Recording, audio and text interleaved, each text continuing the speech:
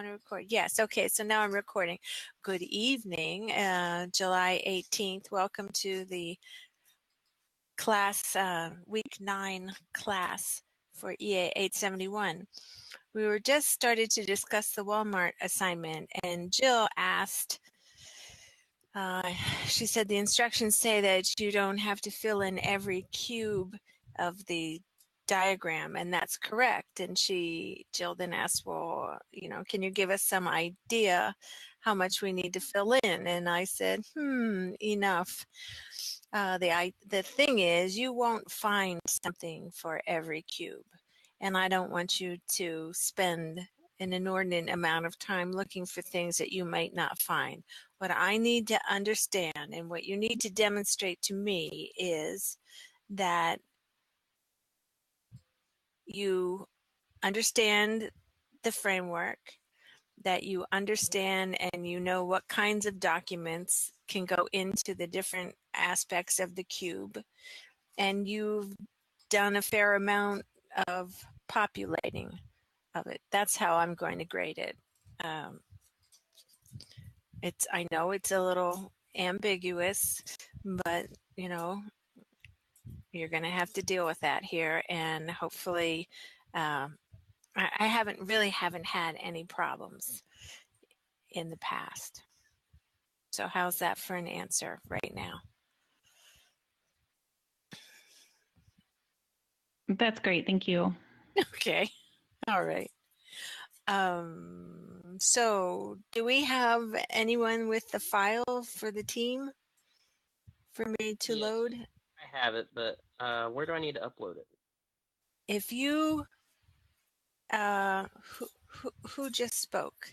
Andrew, was that you? Andrew, yeah. I'm gonna give you control, and right now, all right, you've got control now. If you go down to the bottom left of the middle screen, you will see a little button in the bottom left corner of the middle screen. Click on that, and if you hover over that, it's to load content. Do you see it? Yeah. So click on that. Like won't work, so I might have to do this PDF, and that might work. It'll take a PowerPoint. Otherwise, what do you have? I was using a Mac, and I used a Keynote, which is like that version of PowerPoint. Right, I have a Mac too, but can you take that Keynote and create a PDF? Yeah, I got a PDF version and a PowerPoint. Which would be better? The PDF. It'll take the PDF version. Unless you have clickable links that you want, or... The PDF works better because the viewer that's built into the application tends to move things around a little bit on you. Right, and what it will do is take the PowerPoint and convert it itself, so... It's uploading now. Yeah, okay, it'll take a little while. So I will just congratulate you all on how well you did on test 1. It was a pleasure to grade. I hope you are satisfied with the results. And I hope it wasn't painful. You guys are pretty quiet. Who's laughing now? That was me, Andrew. Andrew. How's it going, Andrew? Oh, beautiful. All right, so any feedback to me on test 1? Okay. Rich? No. Okay, no feedback. Perfect. Okay. Take it away, governance.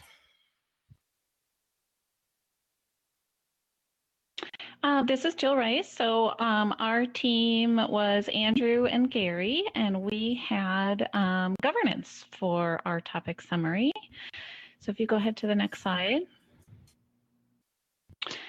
So typically when you hear governance, you think it's pretty boring and don't necessarily want to have anything to do with establishing it, right? True. And so you can see here we have the definition of the governance establishes the checks, accountability, and decision points in an enterprise.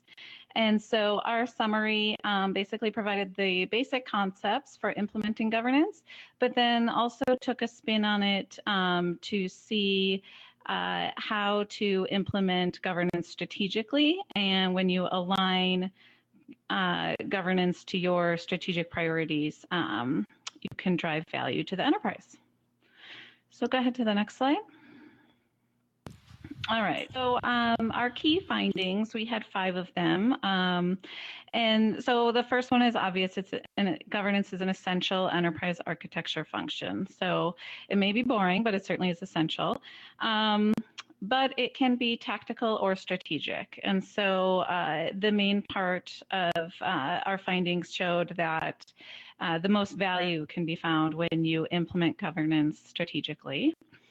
The next finding was that EA governance must interact with risk management, corporate governance, and IT governance.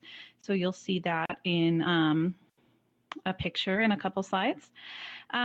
We also saw that the EA governance processes should be overseen by an executive steering committee comprised of top executives. And that was surprising in the fact that the top executives need to be from across the businesses, not just necessarily IT. So when you have those high-level executives enterprise, that's when you'll be able to get the strategic piece implemented.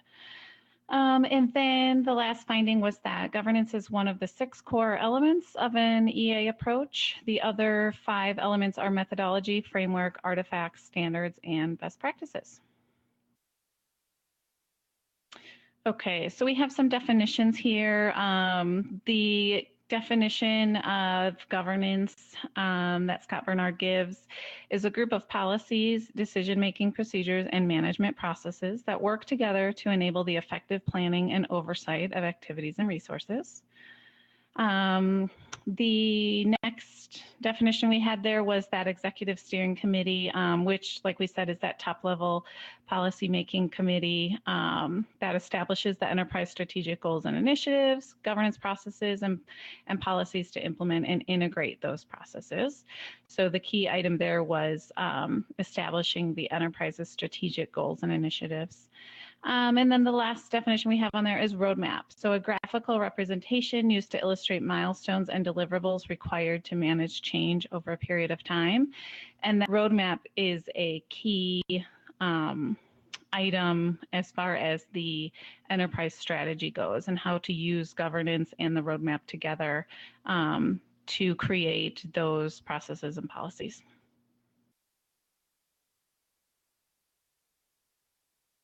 Okay, I think it's over to you, Andrew. All right, so that leads us to what is EA governance? We kind of went over the definition before, it's provided again, but governance is the process of setting decision rights and accountability, as well as establishing policies that are aligned with business objectives. This is preservation of growth for shareholder value.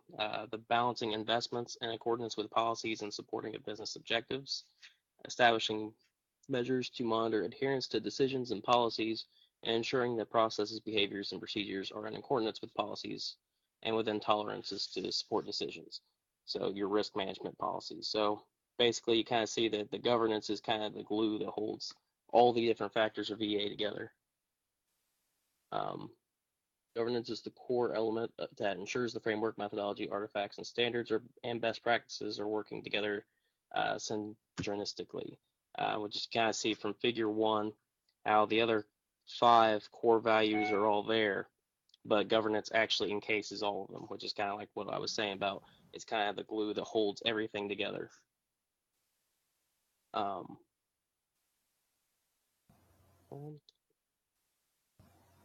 All types of governance have basic characteristics to enable success. So they are discipline, transparency, independence, accountability, responsibility, and fairness. And as you can see, figure 2, governance relations for EA, kind of how it all goes together from the Gartner article. EA governance must ensure that the right decisions and compliance mechanisms are in place to enable the organization's future state EA to facilitate and contribute to the achievement of business objectives. So basically, it's just keeping everything together there.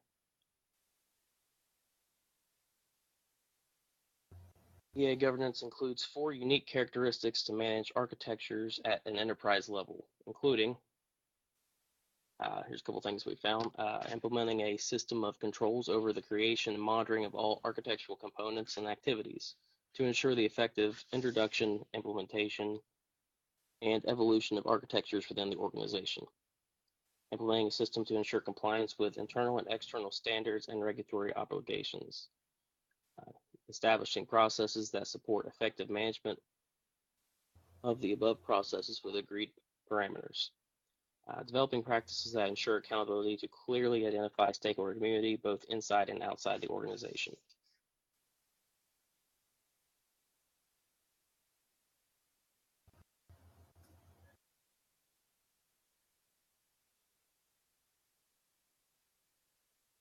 Okay, I actually had a power outage, so I'm just getting back. So on the presentation, how do I change to presenter? Okay, there it goes. All right. All right, the next part of the presentation is on implementation. And in a nutshell, the EA management plan documents the policies and decision matrix of the EA program and articulates the guiding principles. So the EA management plan also drives how decisions are made and quantifies the values of the organization. You can go on to the next slide, please. I guess I could do that. All right. And the next thing we have is examples of EA principle.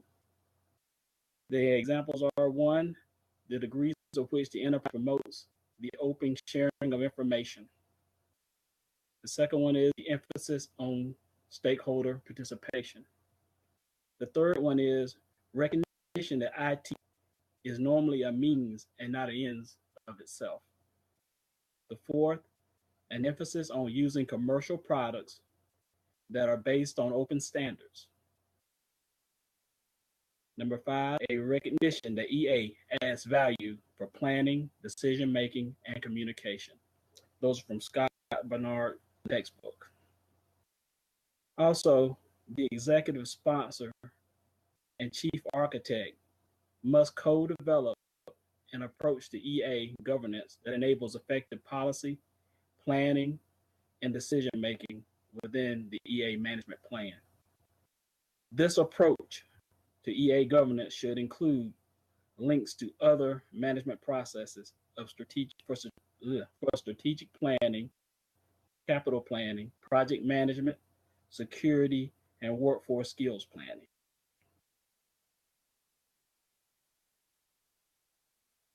The next thing is effective EA governance. Effective EA governance is achieved by setting up the right EA team structure, its EA work method, and by formalizing the team's interactions with the EA stakeholders.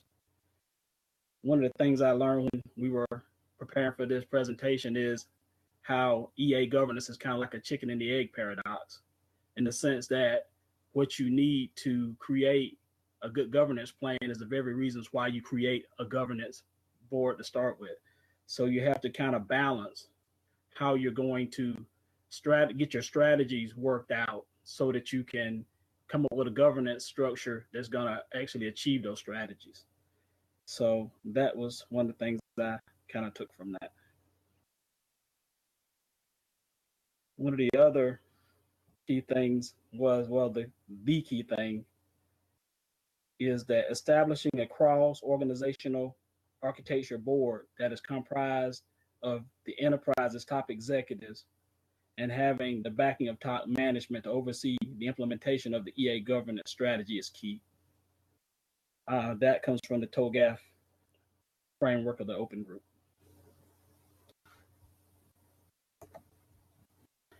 Here illustrated in figure 3 is the EA governance environment.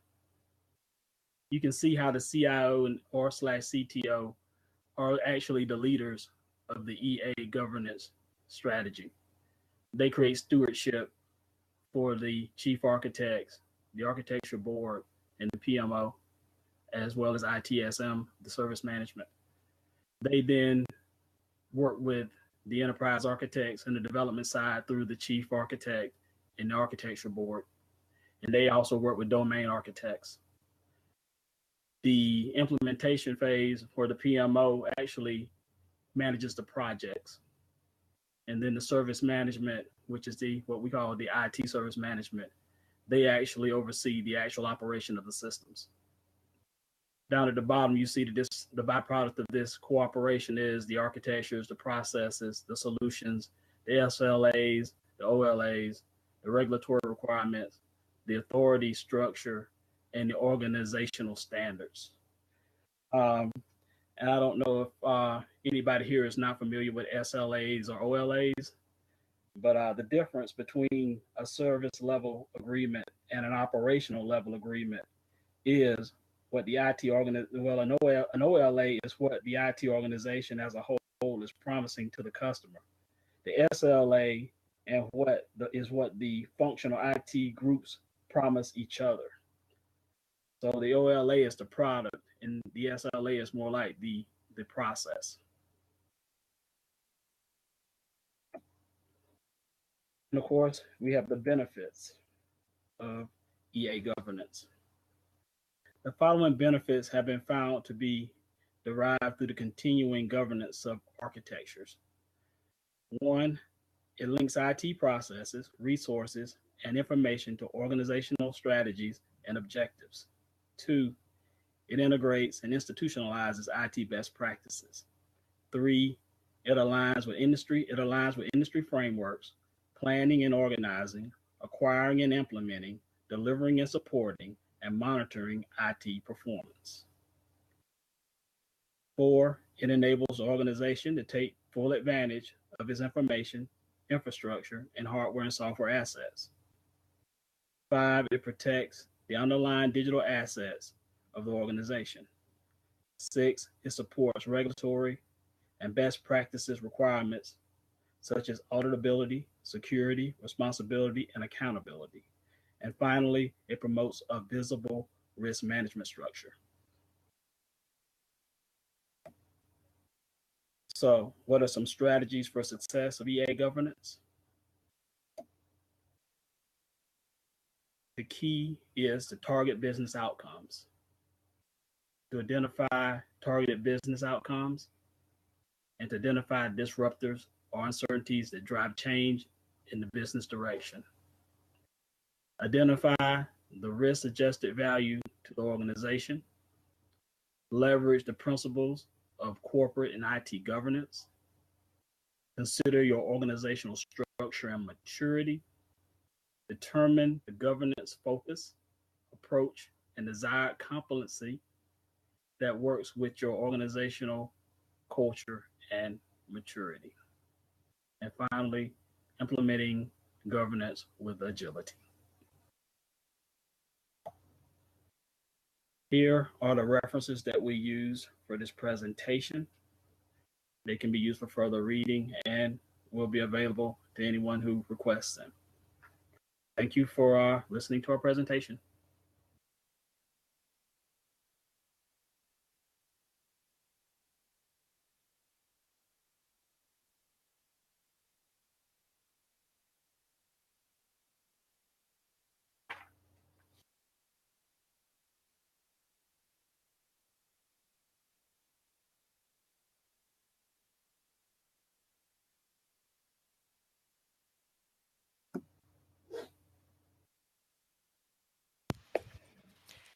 Are there any questions?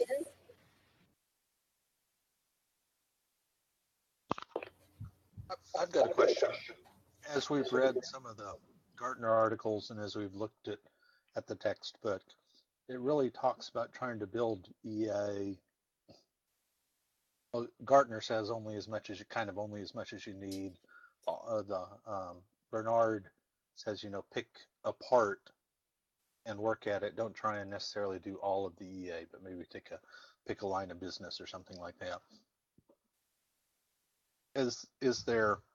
Can you treat governance the same way, or is there a risk in treating governance kind of slice by slice? And I don't know. That's just a thought that's kind of come to me as I've been thinking about the governance part of that. Well, I think it still comes back to one of those analogies I made earlier about the egg. The whole idea of being limited, it's kind of like government. People say that they want small government, but in order to do all the things that they want, they usually need something bigger. And I think governance is very much the same way. We will want way more than we'll get with a very limited framework. So balancing it is what I was talking about as far as a balancing act. To me, I think that with governance, you definitely want to start out with some pretty well thought out policies, because if you kind of do it slice by slice and you have a line of business which is kind of similar to all the other lines of business, then you could probably do a pilot. But if your business groups are very different and one size is going to fit all anyway, I think it gets a little bit more difficult to do it that way. But in my opinion, you would start small, because starting large is just going to be very complex. I mean, that's just my take from what I've read. How about the other members of your team?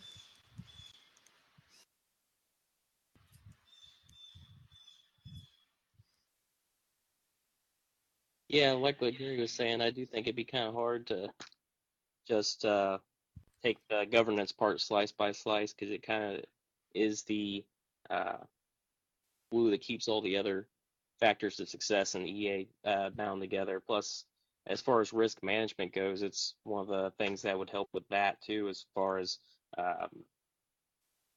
undoing or starting projects and that kind of thing, making sure everything is aligned the way it should be to reach the business strategic goals at the end. So if you only use the governance on part of it, I feel like there may be some redundancies or something that you could have, a project you unrolled that could have benefited more than just one line of business if it had been looked at that way.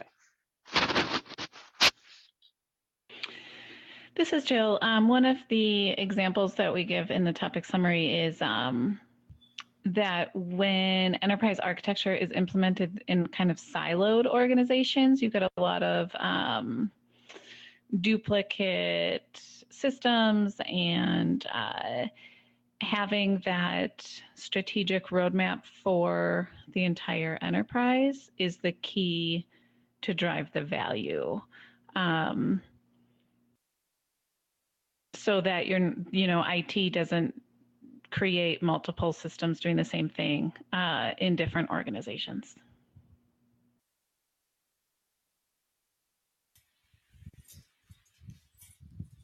Okay. So I have a question. Let me pull it up here. What is the relationship between EA principles and EA governance?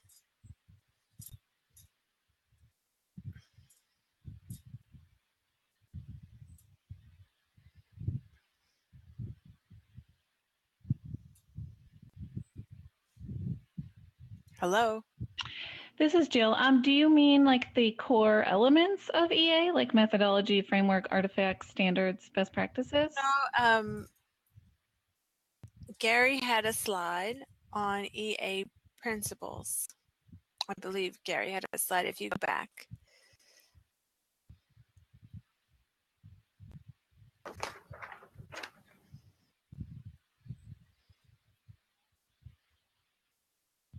I don't have control. Can you find the slide, Gary?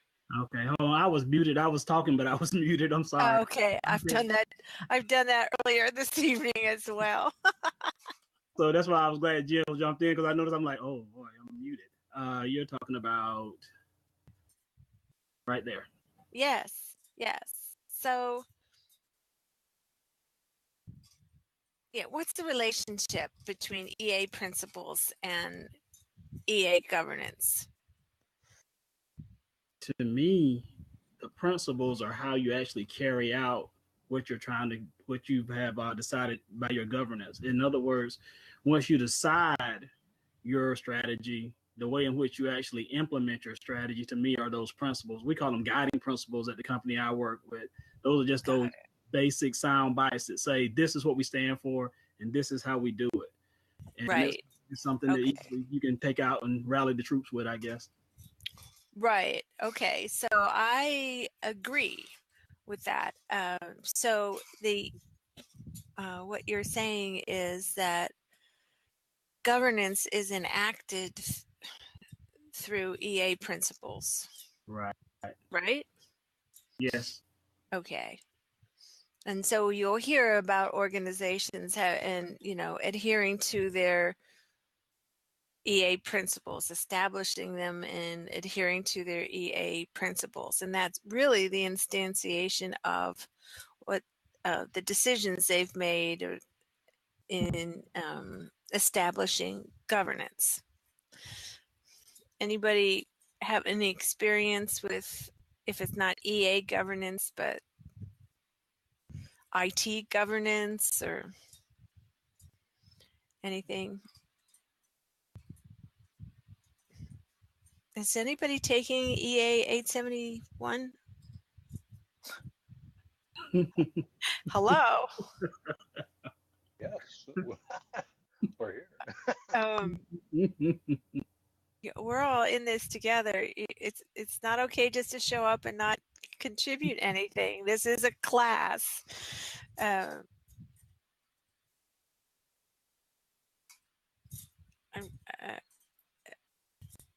you all dropped out after the test? No. Well, speak to us.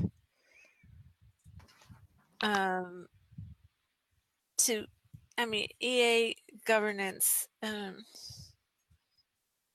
not an exciting topic. Okay, I get that. I'm there with you, Jill. Governance. But when I was talking to some people that were in charge of governance, their motto was, "We are not the office of no." What do you think? Many companies, governance constitutes a set of hoops that need to be jumped through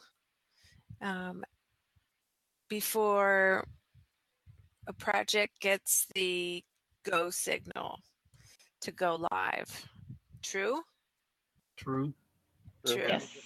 Yeah. Yes. If you've been following my post, that's kind of the way that it is perceived to me with the place that I'm at now.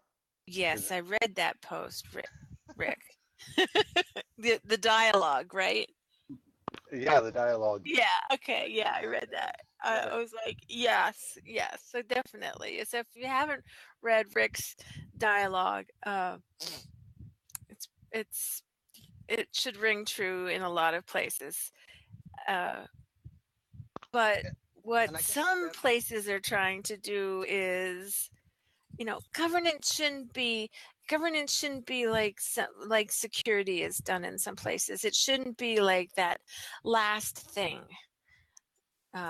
It shouldn't be bolted on at the end. Like we try to get away from that for security. Definitely. And governance shouldn't be something that, oh gosh, now I have to do, comply with these principles that are just nothing more than a pain. That's not good governance. That's not the right attitude. Go ahead, Rick.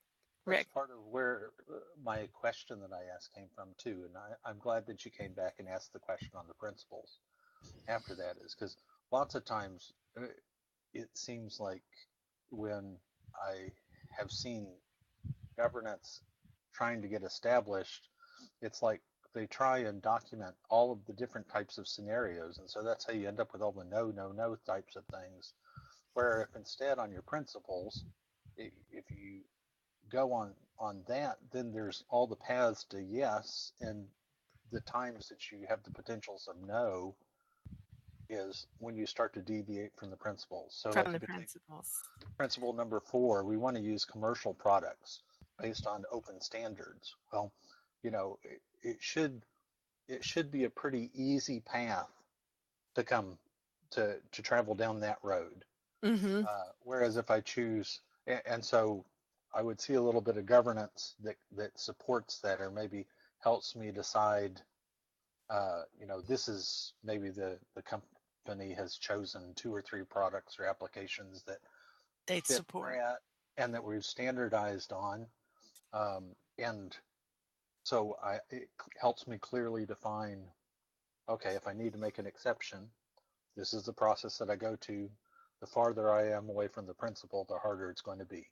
But I can understand that at that point. So Well said. Anyone else, please? Well, I think if the governance ends up saying no, first of all, that governance process is probably, not as evolved as maybe it should be to look more strategically. But the answer should be no, but here's what you can do, or here's how we can align, here's what the roadmap looks like, that kind of a thing. So I don't think it should just be a no. There should be some explanation as far as why things aren't aligning with that roadmap or strategy. I agree with that. I actually used to work for Cardinal Health about a year ago, and they would encourage everybody to present maybe an improvement idea or something like that, but it would have to go through a system, of management first before it actually even got to a project manager.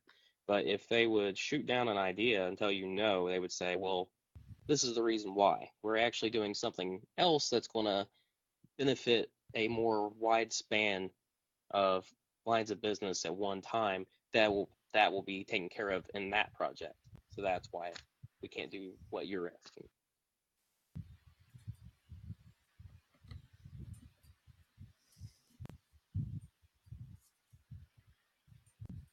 Did you find that to be effective?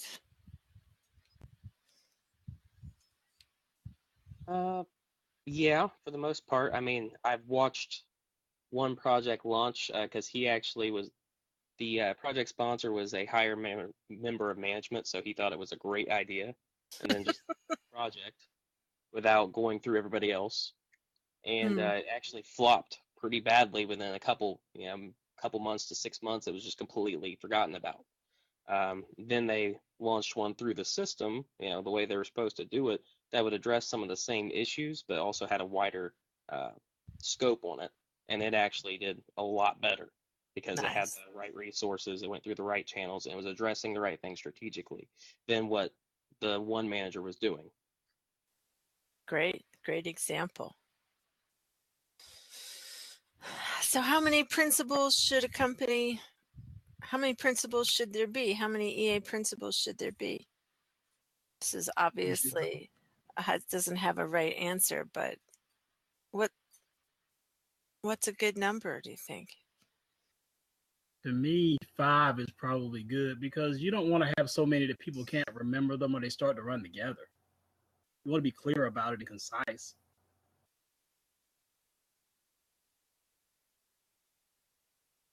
Clear and concise.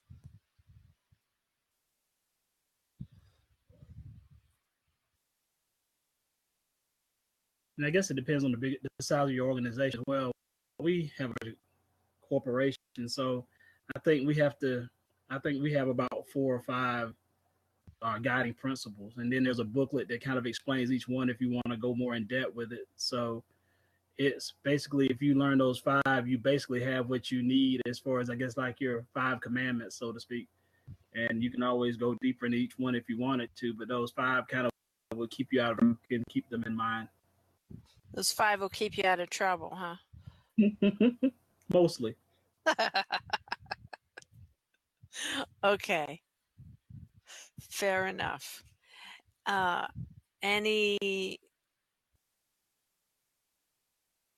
comments or other questions on governance? I'm hearing silence again, so I'm going to interpret that as no. Perfect.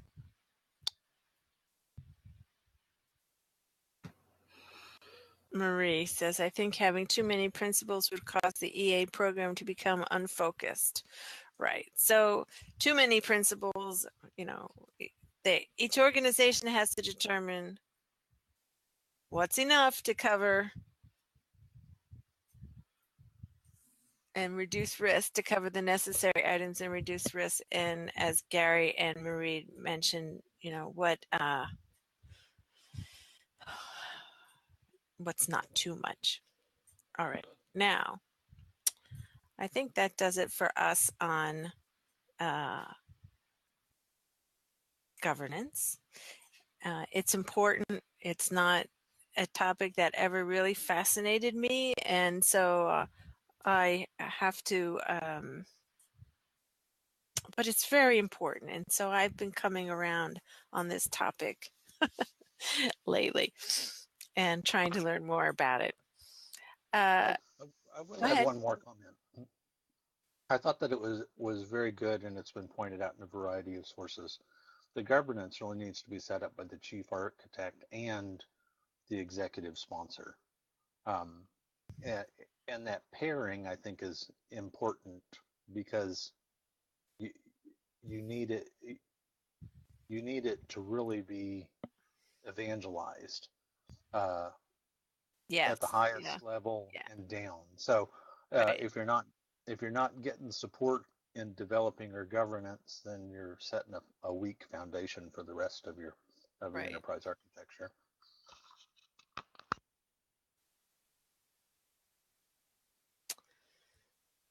Agreed.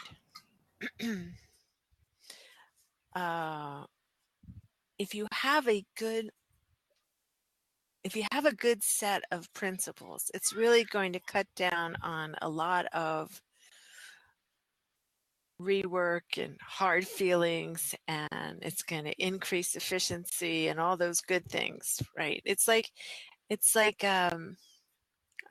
just popped into my mind because I've been doing a lot of grading lately.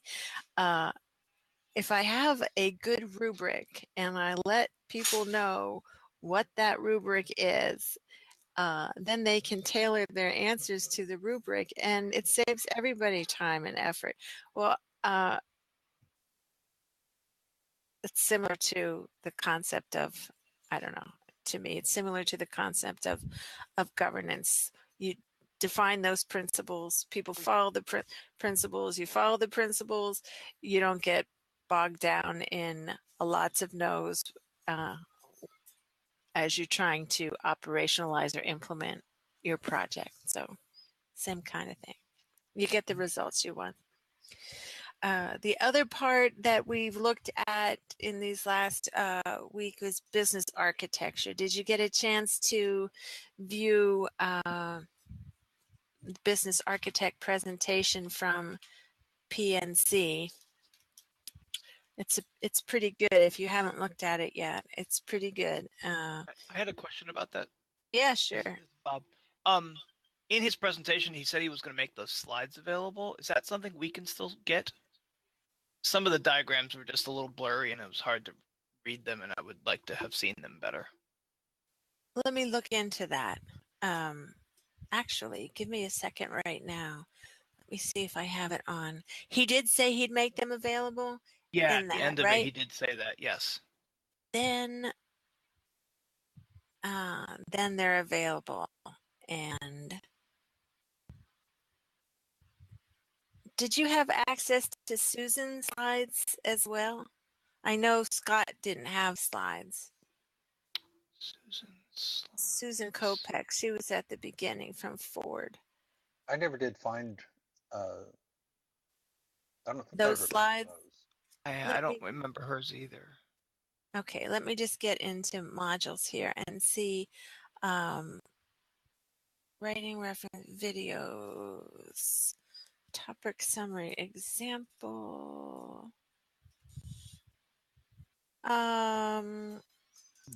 I will make a note to myself and get those posted, and I'll let you know where I post them.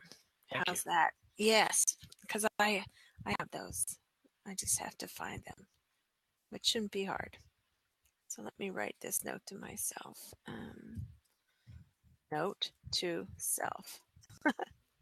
Get copies of presentations, speaker presentations. Okay. I know Scott Bittler didn't have slides, but Susan did as well. So Susan and I'm drawing a blank on his name. Is it Tom from PNC? John Mayberry. John Mayberry, that's right. John's slides. Okay. Anything else? So business architecture, just in general, business architecture. Scott Bittler gave this lovely overview of the evolution of enterprise architecture. And the latest phase of this evolution of EA, it was born and raised in the confines of IT organizations. And now EA is for forward-thinking companies. EA is viewed as supporting strategy and as an enabler of strategy, and it's that level between strategy and the execution of the strategy, and EA comes into play as the middle layer there. And with that elevation of EA, sort of from down in the weeds, low level, very detailed, it has been elevated up to to include a strategic level, and business architecture has come into play.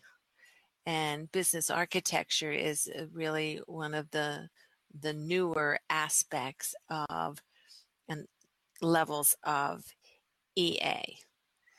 And so many organizations either haven't embraced business architecture or are in the process of embracing business architecture now.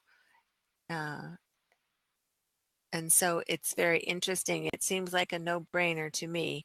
But of course, I come from my background is from a business school. So maybe that's why. Any of you have thoughts or experiences with business architecture? This is Jill. I'm part of an organization that was trying to implement business architecture across the enterprise, and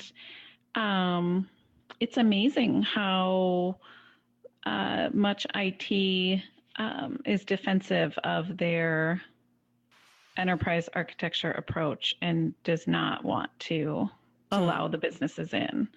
It's actually pretty scary how bad it is. So very interesting. I also like to add that it goes both ways on that as well. Elaborate, Gary. I mean, sometimes the business doesn't want IT to get into their processes as well, because when you start to find out how much equipment do you really need, or do you really need this software, a lot of times they get a little guarded as well because they don't want you to take anything away.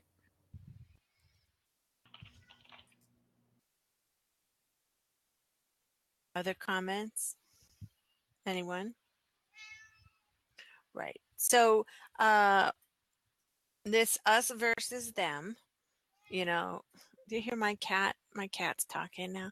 This us versus them. He's like, hello, haven't you been on this computer a long time?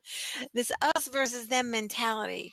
Um, we see it all the time, right? It doesn't even just have to do with EA. It's ingrained within IT, IT versus business, business versus IT. You know, uh,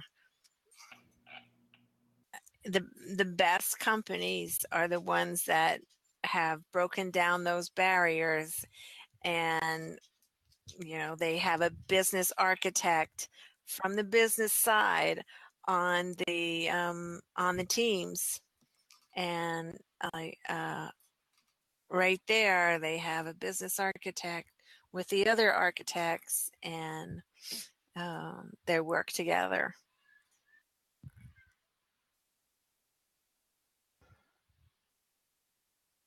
I believe when Susan spoke in her video, Susan is a business architect at Ford, and I know she told the story of how Ford had a couple failures at standing up EA over the I don't know 7 or 8 years, and their third time was successful, and but she's one of a few business architects. So as I said, it's new, and it's you have to be able to handle the culture. It's just like with any systems implementation. It's so much of the success depends on the culture of the organization, and you have to deal with the people issues. Anybody else? I'm sorry to hear that, Jill and Gary, that it is a two-way street, and I'm sorry to hear that you're scared, Jill. The divide it's hard to understand sometimes. Yeah, and I think it's hard to take the IT language and make the businesses understand the value so that the businesses want in, because right now we're dragging both sides together to try to get them to work together, and neither want to. So I think the language and communication barrier is pretty big there too. Right. So much comes down to communication. Yep. Those C words. Go ahead. Even between business units, the silos in the organization, it's not uncommon for them to have the same type of competition or distrust of each other that has nothing to do with IT. In that case, it's just goes back to the culture. Culture cuts all kinds of different ways. I take that.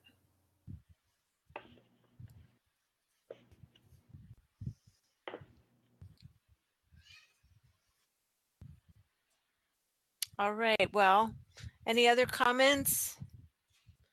It will be interesting to see how organizations. It will be interesting to see successful organizations and how they have evolved to embrace business architecture.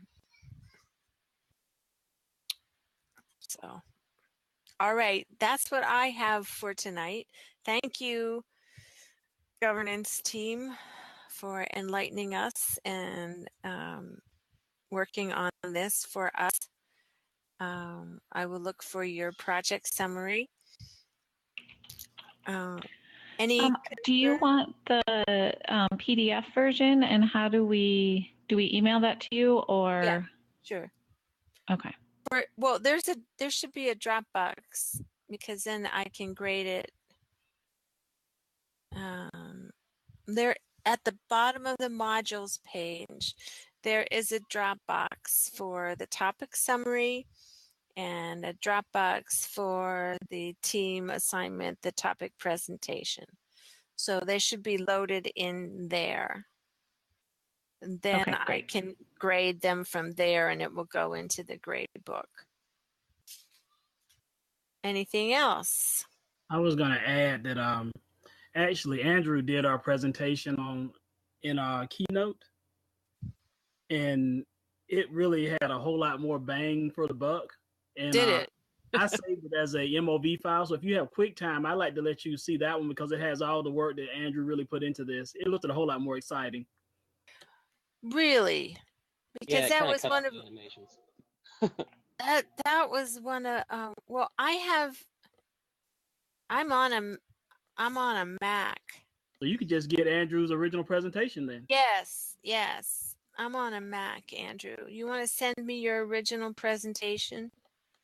I'd Yeah. like to see that one. As far as the modules go, and I can't find a submit on the team assignment topic presentation. You can't. No, yeah, it's got the rubric, but I can't find a way to submit it. Really? But I graded one already. I don't know. I'm taking a look at that. In our particular case, on the team assignment topic summary, there was a submit button, and only one of us needed to submit it. It submitted it for the whole team. But on the other one, the summary has a submit, but the presentation didn't have a submit. The summary has so what I'm seeing is different from what you see. So the summary has a submit, but the presentation doesn't. I'm double checking that, but I sent you, I had sent you an email about that earlier this week because I wanted to make sure. Is that what you were? Is that what that was? I had a That's little trouble understanding what that. That's what I was trying to explain. If I click Okay. on the module that says team assignment topic presentation, Yeah, I'm there's a in there rubric. now. There's There's a points, rubric. but Right. there's no submit button. Let me take a look at this now.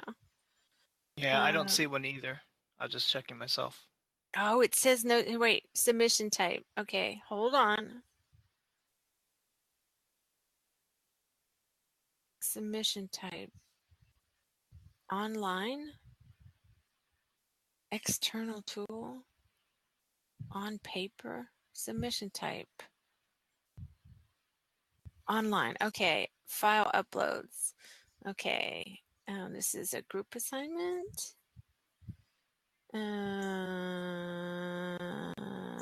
Please select a group set for this assignment. Group projects. How's that? All right. Refresh and see now. Somebody. Let's see.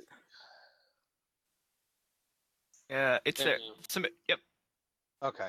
We got so it there is now? one now. Yep. Yeah. Yep, I see it now. Magic. Okay, great. So then, Rick, I can take you off of my to-do list. You can take me off of the to-do list now. I know where to. Now, I didn't know whether maybe that was just like a participation grade. You know, you watched us do it, and then you gave us a grade based on. No, I want the files online too. part. I want the files too. Yeah. So that's great. Okay, thank you. Any right. other housekeeping things to clean up? Questions? Otherwise, we've been at this for an hour. I think we're good to go. Y'all happy campers? Yep. Yes. All right. We are in week 10 now, right? Are we? Yeah. Yes. Wow. Final stretch, you guys. Let's see. So week 10, activities, focus questions, the Internet of Things. Okay, so the Internet of Things, security. There should be a video, a good video to watch for security. Is there? Aligning security. Yes, Ed Glantz. Okay, he's a member, a faculty member, and a member of the Center for Enterprise Architecture. And he's been working on designing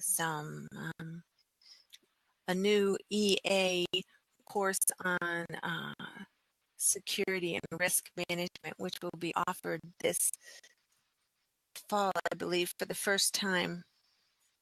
And the number of that is EA 876. And I'm not sure the prereqs on that, if it's just EA 871 or 871 and 872. But keep that in mind as you move through the program. It should be a good course.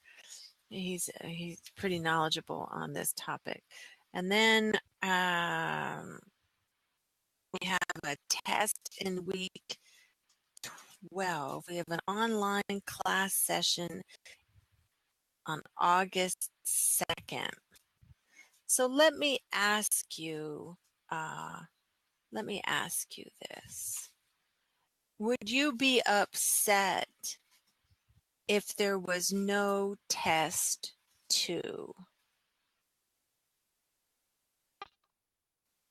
I would not be upset because that's the weekend that my daughter is getting married, and I've been trying to figure out how I was going to get all that stuff with wedding and a test in that week.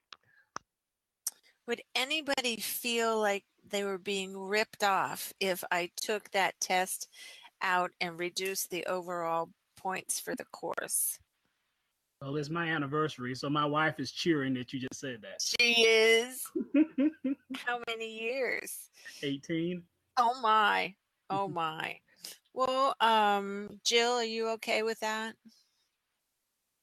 I don't know if Jill's still with us. I am great with that. You're great with that. I'm fine with that as well. You are. And Manoj, I'm gonna assume you're okay with that too. And Bob. So all right. Well, that's what we'll do. We'll just get rid of that sucker. Test 2, and we won't tell anybody else about it. So then the only thing for week 12 is the turn-in of the Walmart team assignment. Yeah. Does that work? Works for me. It works for you. It's summertime anyway. All right. Well, I noticed how you all participated to answer that question, so I'm happy about that. All right, team. You guys. All right. So that's what we'll do. All right. See you in 2 weeks. I think, Thank right? you. Good night. All right. Take care, Thank you you guys. very much. All Great, right. thank you. Good night.